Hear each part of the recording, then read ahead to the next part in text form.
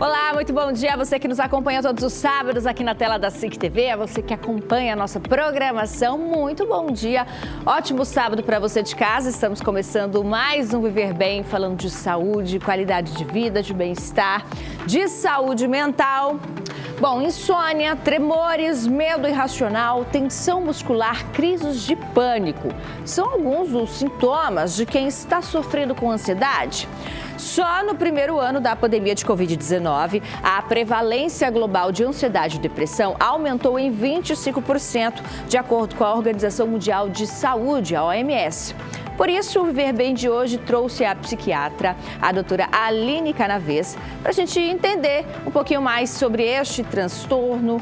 Tem tratamento? Como lidar com esse tipo de situação? Seja muito bem-vinda aqui conosco, doutora. Olá, tudo bem? Bom dia, Renata. Bom dia a todos em casa assistindo Viver Bem. Muito obrigada pelo convite. Vamos sim trazer um pouco mais de informação sobre isso, que é um assunto que está cada vez mais atingindo a todas as idades, né? A gente que agradece, afinal, precisamos dar mais atenção à saúde mental, né? Sim, com certeza.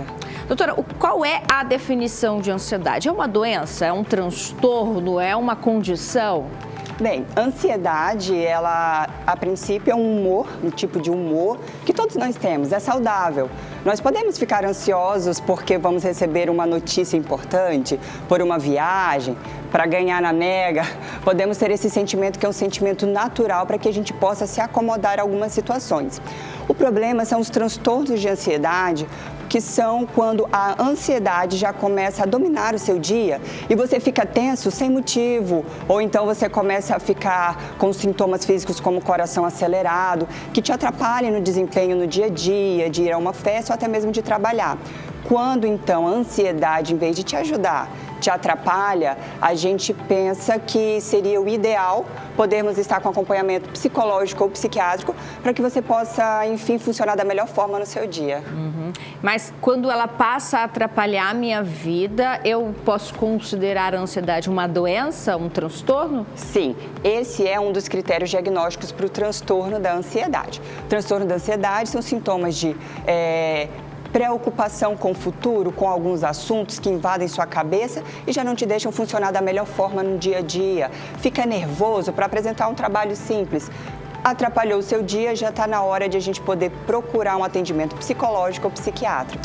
Bom, para a gente seguir entendendo um pouquinho mais sobre este tema de hoje, espero que você de casa acompanhe até o final, porque é muito importante. Doutora, vamos aqui para o nosso plasma para a gente comentar, então, os diferentes tipos de ansiedade, né? Porque existem diferentes tipos, né?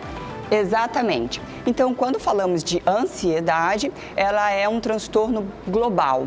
E esse tipo de ansiedade que você apresenta, ele pode ter uma diferença que a gente acaba classificando com alguns nomes. Por exemplo, transtorno de ansiedade generalizada é o mais comum. É aquele quando a gente fica preocupada com assuntos do futuro que vão ocorrer daqui a 3, 4 anos, que você não tem nem controle sobre isso. Então, ela é em todos os aspectos. É com o filho, é com o marido, é com o trabalho. Financeiramente, com aquele projeto, com aquela viagem. Exatamente. Tudo que ocorre no teu dia, tu fica pensando de uma forma exagerada sobre aquilo e aí acaba atrapalhando o sono, você não se concentra no trânsito, não se concentra no trabalho, acaba achando que está com problema de memória. É um pouco do sofrer por antecipação? Exatamente isso. Isso define. É sofrer por antecipação a todos os assuntos do dia. Por isso, transtorno de ansiedade generalizada. Quando nós temos mais uma predominância de sintomas físicos. Eu não penso em nada, doutora, eu não fico preocupada com nada. Eu estou num trabalho ou estou no meio de uma reunião e subitamente eu sou tomada por uma angústia, um aperto no peito. Parece que eu vou morrer, estou passando mal a ponto de morrer e não vou ser acudida. Isso já é o que a gente chama uma crise de pânico. E quando nós temos isso de forma recorrente, nós classificamos como transtorno de pânico ou síndrome do pânico. Então, é uma ansiedade que em vez de ela se apresentar com muitos pensamentos, são com sintomas físicos. Mas esses sintomas físicos, eles são sintomas reais ou eu tenho a impressão de que eles estão acontecendo? Por exemplo, a sensação de taquicardia, mas ali eu vou aferir e meus batimentos estão normais. São sintomas que de fato acontecem ou é uma impressão dessa pessoa? Os dois podem ocorrer, Renata. Pode você ter uma sensação de coração acelerado, de que estou mal, que minha pressão esteja baixando, você vai aferir e está normal. Isso pode ser um sintoma ansioso. Mas o sintoma ansioso mais forte, que é uma crise de pânico mais forte, ela pode ter o que a gente chama uma descarga noradrenérgica. É noradrenalina no corpo mesmo. E aí, realmente, de fato, você pode ter aceleração, né, no batimento cardíaco, você pode ter pico pressórico, você pode, inclusive, passar mal, ficar enjoado, vomitar de fato. E sim, mesmo sendo sintomas de fato reais, ainda ser submetido a realmente uma crise de ansiedade. São sintomas que podem estar acontecendo por eu não ter nenhum outro tipo de problema físico, e sim essa questão emocional, mas sim os sintomas estão se manifestando. Exatamente. Se você tem uma aceleração cardíaca, né, um aumento da frequência cardíaca ou uma alteração na pressão, com certeza você deve ser encaminhado a um pronto atendimento, onde irá confirmar ou descartar outras doenças. Você realmente pode estar tendo uma arritmia cardíaca, um problema pressórico. Porém, quando a gente descarta todas essas causas orgânicas, a gente fica assim com uma hipótese de ser ansiedade e através da avaliação psiquiátrica a gente fecha que aqueles sintomas foram da ansiedade. A gente tem ainda a fobia social. O que seria, doutora? Fobia social hoje em dia está muito comum, principalmente entre os jovens, que estão cada vez mais tendo seu ambiente social nas redes sociais, né, da internet. Então, cada vez mais a exposição, de fato, a presença física a um local onde ele vai estar exposto a outras pessoas causa ansiedade. Então, ele começa a ter também o que a gente chama ansiedade de desempenho. Eu tenho vergonha de falar e outras pessoas me julgarem ou me avaliarem, então eu fico caladinho. E quando eu estou num local onde tem pessoas que eu não conheço, eu até não como para não mastigar, para não me verem comendo. Então eu fico com muito medo de estar em meio a outras pessoas e que essas pessoas me julguem. Então você acaba tendo um afastamento, você se priva de estar no meio social e é o que a gente chama a possibilidade de uma fobia social. Seria uma espécie de vergonha em excesso? Timidez em excesso? É, uma timidez em excesso, um medo de julgamento em excesso, de errar em excesso. Então eu evito o contato social, eu fico fóbico ao contato social. Certo. E as fobias específicas, como que elas podem ser definidas? As fobias específicas são as mais comuns, inclusive na faixa etária infantil, né, da criança, que são os medos de fantasmas, medos de escuro. Quando a gente vai para uma fase mais adolescente ou adulta, a gente pode ter fobias de situações específicas. Eu posso ter fobia de altura. Então, todo momento em que eu estou em um local que eu perceba que eu estou numa altura que não é confortável para mim, num prédio, numa ponte, eu começo a desenvolver sintomas físicos como tremor, sensação de que eu vou desmaiar. Então, é uma fobia àquela situação. A fobia também a elevadores. E até hoje em dia, quem esteja desenvolvendo fobia à rede social, pois em algum momento sofreu um ataque na rede social ou aquela rede social traz notícias que causam para ela um desconforto. Então, algumas pessoas, quando tem que pegar no celular ou se expor em uma rede social, não consegue, desenvolve sintomas fóbicos como tremor, mal-estar. E a ansiedade, ela pode ter diferentes causas, né? A gente listou aí as principais causas da ansiedade para que você de casa entenda um pouquinho de por que isso ocorre. Quais são as causas, doutora? Então, como a gente até discutiu, a ansiedade todos nós temos na nossa genética, tá bom? Isso é da época das cavernas, nós precisávamos ter ansiedade para fugir de um tigre, de um dinossauro, isso é a época das cavernas. A gente desenvolvia ansiedade como um sintoma de resposta ao meio ambiente. Agora, isso nós trouxemos na nossa carga genética a possibilidade de responder com sintomas ansiosos. Então, sim, a genética está está como um fator principal de ansiedade. Contando também que a genética familiar significa, se minha mãe é ansiosa, meu pai é ansioso, sim, eu tenho um fator de risco aumentado para que eu também seja uma pessoa ansiosa. Porém, não é porque está no meu gene que eu serei ansiosa. O que acontece é que, se eu não estou submetida à pressão, essa ansiedade do meu gene não aparece. Porém, em alguns ambientes, por exemplo, eu sempre fui calma, mas quando comecei tal trabalho ou tal faculdade, a pressão aumentou, a minha ansiedade com um fator de risco ambiental também. Exemplo, digamos, dos profissionais da saúde durante a pandemia, Exato. onde viam todo aquele caos nos hospitais. Exatamente. Isso os fatores de pressão e de instabilidade, insegurança, principalmente com o que vai acontecer no futuro. Será que vou morrer? O que será que vai acontecer? Sim, é uma causa ambiental de ansiedade. Há quem não tenha genética familiar, mas que quando está sob pressão, reage com ansiedade naquele ambiente, como no hospital. Sai do ambiente e minha ansiedade reduz. Quando a gente pensa em mentalidade ou modelo de pensamento... Isso. Hoje tem até alguns termos que não são científicos, de fato, da psiquiatria, que é a questão do pensamento acelerado. Mas eu trago essa frase porque é uma frase que ela está muito em voga.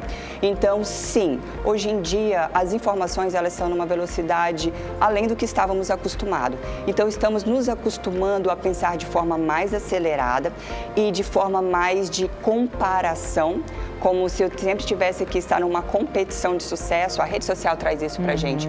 Então eu começo a entender a todo momento que eu preciso provar que eu sou boa, que eu preciso provar que eu estou com sucesso. Isso pode me gerar um modelo de pensamento de autocobrança e eu posso desenvolver uma ansiedade. Outros modelos de pensamentos negativos, né? Ai, comigo tudo acontece de ruim, eu não consigo perceber o que acontece de bom. Então eu predomino pensamentos que nada vai dar certo. Isso também pode me fazer ficar uma pessoa ansiosa, com medo do futuro. E doenças físicas, por exemplo? Doenças físicas, algumas doenças, elas podem nos trazer sintomas semelhantes à ansiedade ou nos causar ansiosos. Somente o fato da gente estar com uma doença, descobrir uma doença, pode nos desencadear uma ansiedade. É porque verdade. Pensando em futuro, né? Ligando a todos os outros pontos que a gente já até mencionou aqui. Exato. Como vai ser meu futuro com uma doença? Como é que vai ser o meu futuro, o meu filho? Então, o ansioso de frente a uma doença, ela pode acabar causando sintomas ansiosos. Agora, alguns sintomas muito comuns, por exemplo, no hipertireoidismo. Quando a minha tireoide está funcionando em excesso, eu posso acabar desenvolvendo uma tensão, pensamento acelerado, energia em excesso, e isso imitar também minha crise ansiosa. Certo. Bom, a gente está falando um pouquinho sobre ansiedade, como tratar a ansiedade, até que ponto ela pode atrapalhar a sua vida. Você vai saber mais sobre este assunto depois do intervalo, que é bem breve, então você de casa não saia daí.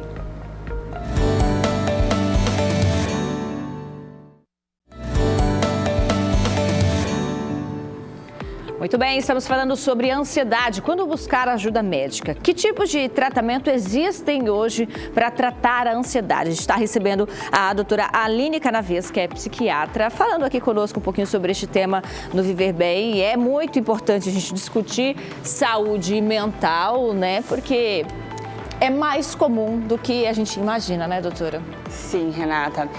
Estamos tendo um aumento tanto do diagnóstico, então as pessoas estão mais preocupadas e mais abertas a procurarem atendimento psicológico, psiquiátrico, então a gente tem um aumento do diagnóstico. Antigamente as pessoas eram ansiosas e sofriam calada, mas além do aumento do diagnóstico, sim, estamos nos tornando uma sociedade mais ansiosa. O Brasil, inclusive, é o país considerado com maior quantidade de ansiosos por per capita, né, por população, mediante comparação de todo o mundo ocidental. Quais os fatores de risco, doutora, para eu, de repente, desenvolver um transtorno de ansiedade? Então, a gente até já comentou um pouco sobre os fatores de genética, os fatores de ambiente e fatores também relacionados ao meu tipo de pensamento. Então, pensamentos que são pensamentos mais negativos ou então comportamentos que também não são saudáveis.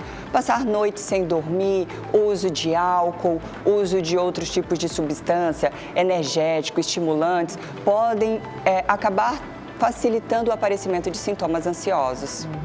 Mas a gente até comentou no início que se torna um problema quando esses sintomas, eles ocorrem em excesso, porque a ansiedade é natural de todo ser humano. Se a gente for listar ali quais os principais sintomas que você diria, doutora, que eu preciso realmente me atentar, opa, passei do limite nesse comportamento, nesse sentimento, nesse sintoma, devo procurar um médico? Renata, um que eu gosto muito de trazer em consultório é o sono.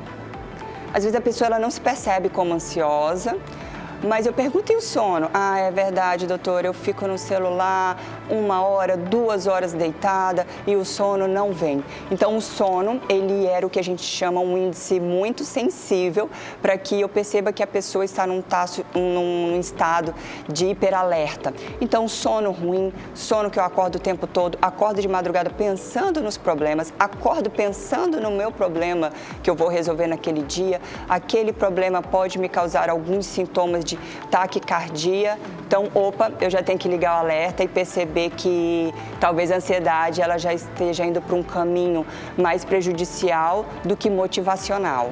A insônia, ela cresceu bastante na pandemia, mas ela sempre vai ser uma questão de ansiedade?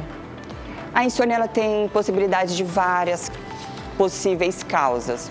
Até excesso de peso pode nos causar um problema no sono. Uso de álcool pode nos causar um problema no sono. O que acontece é que o excesso de peso, o uso de álcool, às vezes estão mascarando uma ansiedade. Às vezes você faz a compulsão alimentar porque está ansioso, bebe um pouco mais porque está ansioso. Então a gente tem que ir atrás das causas do sono ou da insônia, que podem ser causas orgânicas, e se essa causa orgânica está vindo de uma ansiedade. Mas sim, nós podemos ainda assim descartar a ansiedade e mesmo assim ter problemas no sono, que podemos, por exemplo, uma causa de insônia pode ser inclusive a depressão. Mas aí, doutora, com esse alto índice de pessoas que sofrem de insônia ou têm algum tipo de dificuldade para dormir, essas pessoas, elas muitas vezes acabam querendo resolver de forma rápida e recorrem ali a medicamentos para dormir. Exato. Isso é correto? Isso é muito perigoso. Você pode estar usando um remédio que não é adequado para a sua causa de insônia. E o que vai acontecer? Você vai dormir, toma alguns remédios que me apagam e fazem dormir, porém você nunca vai estar tratando a sua causa da insônia. E o que pode derivar disso? Que você fique dependente de tal fármaco para sempre dormir, uma vez que você não está resolvendo a verdadeira causa. Aproveitando o gancho dos medicamentos, a gente viu também que cresceu o consumo de melatonina. Isso. A gente pode considerar ali ela prejudicial se eu usar de forma indiscriminada, sem passar por um médico, querendo resolver esse meu problema de sono rapidamente? Renata, assim, o que é interessante é que usa-se realmente, está numa forma exacerbada o uso da melatonina atualmente, porém há muitas falsas verdades sobre a melatonina. Primeiro, tem um senso comum que a melatonina seria um remédio para dormir. Isso é errado, isso é uma mentira. Na verdade, a melatonina é um hormônio que sinaliza que é noite. Se você pesquisar aí no Google, você vai ver que a coruja, ela acaba emitindo muita melatonina à noite. E ela fica o quê? Acordadona. Então, não é um remédio que nos faz dormir. O que acontece? No Brasil, até pouco tempo, nós não tínhamos a melatonina brasileira. A gente comprava a melatonina importada. E lá nos Estados Unidos, a melatonina importada, ela é um suplemento comum. Então, não há uma vigilância rigorosa. Então, não vem apenas melatonina, provavelmente, dentro daquele frasco. Há a possibilidade de colocar em outros produtos que façam a gente dormir rápido. Então, tenhamos cuidado com a melatonina, ainda mais o uso importado.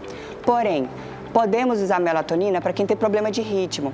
Trabalhadores que trabalham a madrugada inteira e precisam dormir de dia, o cérebro não relaxa por causa do sol. Eu uso a melatonina para sinalizar para o meu cérebro que é noite para que eu possa dormir. Porém, o uso da melatonina, como eu falei, é um hormônio da noite. Se você usar em uso irregular ou se você fizer um uso em excesso, você pode desregular essa sinalização no seu cérebro. Então, tenha cuidado no uso da melatonina. A gente usa só em alguns casos específicos.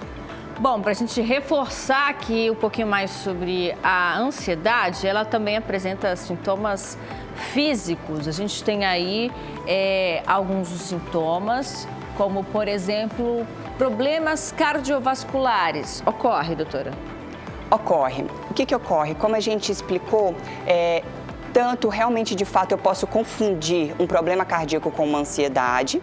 Então, de fato, eu posso ter um aumento da frequência cardíaca e não ser uma ansiedade, ser realmente um problema cardíaco. Então, caso você tenha sintomas que você acha que pode ser ansioso, mas ainda não teve o diagnóstico, vá primeiro a um médico para ter certeza que se trata ou não de uma doença cardiovascular. Porém, meu estado ansioso, eu libero muita noradrenalina, então eu posso aumentar a minha pressão, realmente ter um problema cardiovascular. A gente pode ter também doenças hormonais ligadas a como sintomas físicos, doenças físicas que podem estar relacionadas à ansiedade? Pode sim. Algo bem legal para trazer, a própria menopausa e a própria andropausa. Então, olha lá, homens, não são apenas as mulheres que passam por uma variação hormonal importante, ali em torno de 50 a 60 anos. Os homens também podem ter o que a gente chama andropausa e pode ter uma baixa de testosterona. Então, essa variação hormonal nessa fase da vida pode sim trazer sintomas que imitam uma crise de ansiedade. Você começa a ter sudorese, né? As mãos ficam suadas, muito fria, o coração pode ficar acelerado e você mais inquieto. Então, isso pode desencadear ao final uma doença ansiosa. Também podemos ter, por exemplo, a tireoide. Se você tomar esses remédios para que melhorem o estado hormonal da tireoide, algumas pessoas usam às vezes até para emagrecer. Isso, se você usar indevidamente, pode te trazer sintomas ansiosos. A gente tem também na lista problemas respiratórios, doutora. Problemas respiratórios é porque em alguns sintomas ansiosos, principalmente nas crises de pânico, você pode ter a sensação de falta de ar. Então é bom a gente ficar atento se realmente é uma crise ansiosa, se pode imitar uma crise asmática. Então há essa interface que precisa ser descartado por um médico clínico. Certo. Na lista aqui de doenças físicas que podem estar relacionadas à ansiedade, a gente tem também dores crônicas. O ansioso, ele fica mais atento a todos os sinais, inclusive de dor. Então, o ansioso, ter uma dor no joelho, ele já fica pensando sobre aquilo. Aquela dor pode se intensificar e acabar na percepção dele sendo uma dor mais forte. Então, é um tipo de dor que pode ocorrer. Outra coisa é que a pessoa ansiosa, ela é tensa. Então, hoje em dia, ela pode acabar desenvolvendo muitos pontos de tensões musculares. E são pontos muito interessantes. Há pontos de tensão muscular na vagina. Então, você está tendo um ato sexual e acaba tendo dores. Pode ser tensão. Você pode ter tensão muscular no que a gente chama na ATM. E isso causa algumas enxaquecas que não melhoram. Dores de coluna, porque são pontos de tensões, também podem vir e acabar sendo desencadeado por uma pessoa que está ansiosa e não está sob tratamento. Muito interessante. Na lista a gente tem ainda abuso de drogas, álcool ou medicações como os benzodiazepínicos. Isso. As pessoas podem se tornar viciadas ali, descontar a sua ansiedade nesse excesso, né? Exato.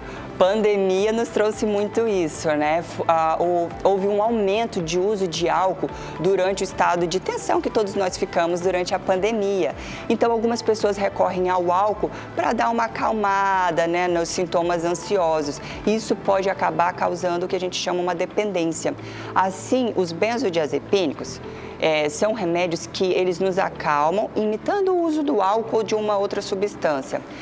E você pode ficar dependente, porque os benzodiazepínicos, eles não tratam ansiedade, eles só acalmam e você vai ficar sempre dependente desse remédio. Você tenta minimizar ali os sintomas de ansiedade com o uso excessivo de álcool, drogas, enfim, e acaba criando outro problema para a sua saúde, né? Que é a dependência. Exatamente. Crianças também podem sofrer de ansiedade, doutora? Porque a gente julga ali falando assim, não tem um boleto para pagar, não tem obrigações.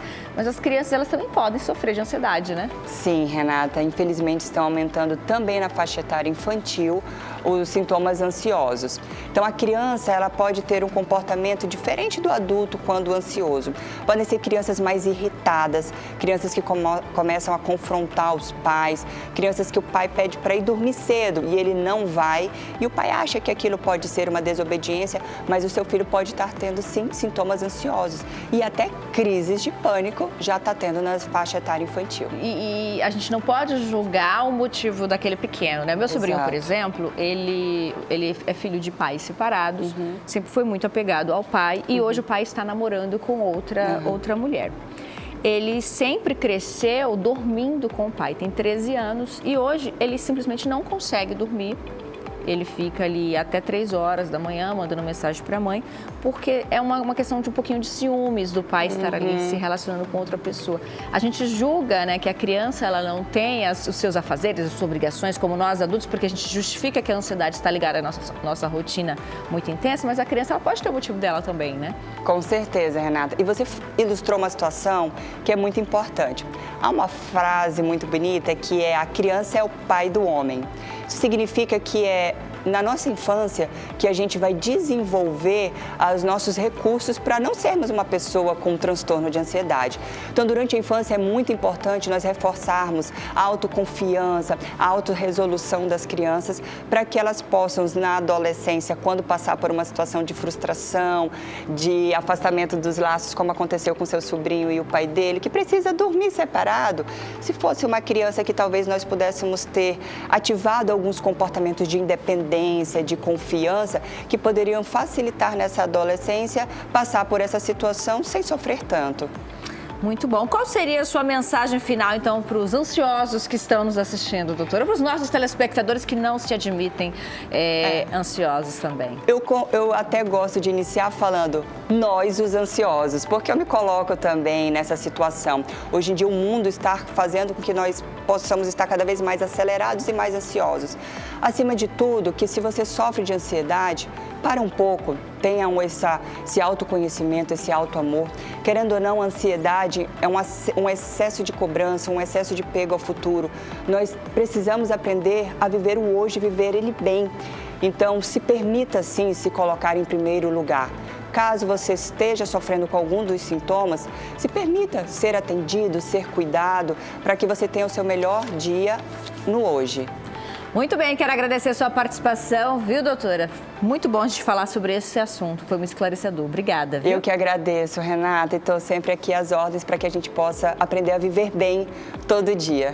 Agradecer também a Celibras, que está nos ajudando a levar este tema tão importante a todos os públicos praticando a inclusão. Então, você de casa, atente-se aos sinais, busque mais qualidade de vida, atente-se aos sinais que a sua saúde mental tem apresentado e busque ajuda. Este foi o nosso Viver Bem de hoje. A você um ótimo sábado. Tchau, gente. Até mais.